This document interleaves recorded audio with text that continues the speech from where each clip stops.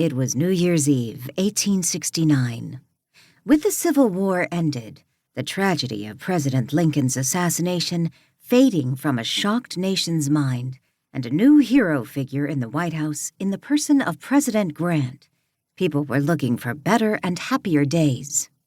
But the shadow of uncertainty still hung over the land, and many of the celebrants on this New Year's Eve would be glad to see 1869 pass into history.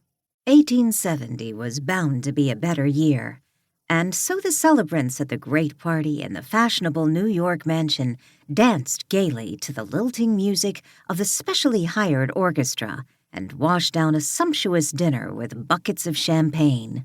It was close to 10 o'clock, and Julia Glasson was dancing in a lively group of 8 to the strains of a mazurka. Her partner in the group, handsome in his evening dress and with the serious features, raven black hair, and sideburns of a young Prince Albert, was the young man from Chicago she'd come to know and love within the short space of a few weeks, Gregory Hunt. Julia smiled at him as they came together briefly in the dance.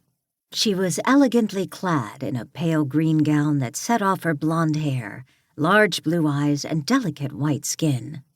She was regarded as a beauty in a segment of society where charm and beauty were fairly common.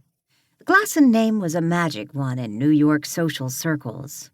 Julia was immensely wealthy and lived with her Aunt Cornelia Warden in a fabulous brownstone mansion in the most exclusive section of Fifth Avenue.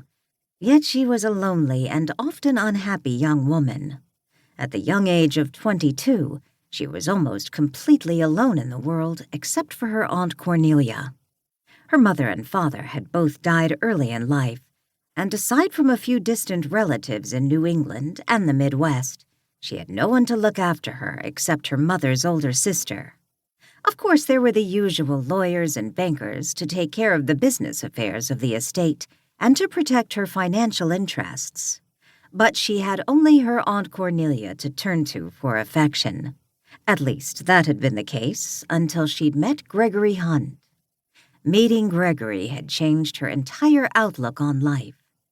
Naturally, Aunt Cornelia had been alarmed and angry from the moment Julia had told her about the handsome young man. Aunt Cornelia was a rather mannish spinster, heavy of frame, Spartan in dress, and severe of countenance. She had eliminated romance in her own life, and Julia feared she might try to do the same for her. One late November afternoon, as she'd sat on the divan with her aunt in the maroon-draped, luxurious bedroom occupied by the older woman on the top floor of the fine house, she'd pleaded with her for understanding. "Gregory is a fine person," Julia said. "He says he loves me, and I love him. I'd like to marry him." Aunt Cornelia's reaction was to sniff indignantly. "That young man is after your money." "No," Julia protested. Her aunt's mannish face took on a cynical look.